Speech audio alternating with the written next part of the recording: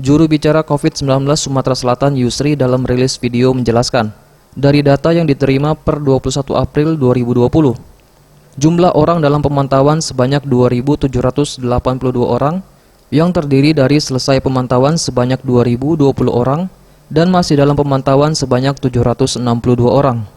Untuk total pasien dalam pengawasan atau PDP sebanyak 114 orang. Selesai pengawasan sebanyak 72 orang. Dalam proses pengawasan 42 orang dan penambahan terbaru sebanyak 8 orang.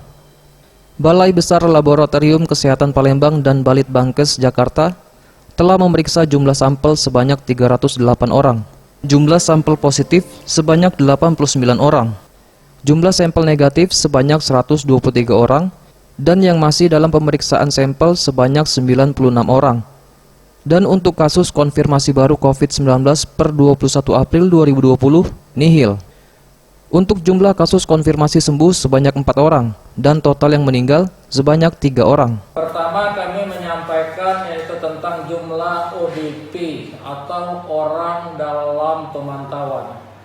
Jumlah orang dalam pemantauan yang kita pantau dari sejak tanggal 30 Januari sampai sekarang, yaitu tanggal 21 April 2020, berjumlah 2.782 orang. Jumlah ODP yang selesai dipantau sejauh ini berjumlah 2.020 orang.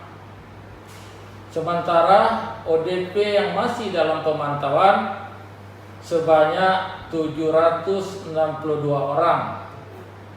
Kemudian PDP atau yang lebih dikenal dengan pasien dalam pengawasan. Jumlah pasien dalam pengawasan atau PDP secara keseluruhan yaitu berjumlah 114 orang. PDP selesai pengawasan berjumlah 72 orang. Yang masih dalam proses pengawasan atau masih dalam proses perawatan di rumah sakit saat ini berjumlah 42 orang.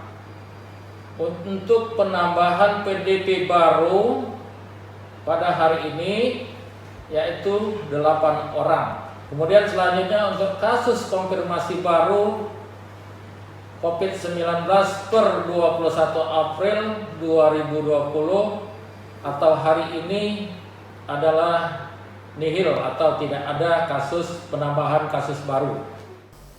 Tim Liputan Sriwijaya TV.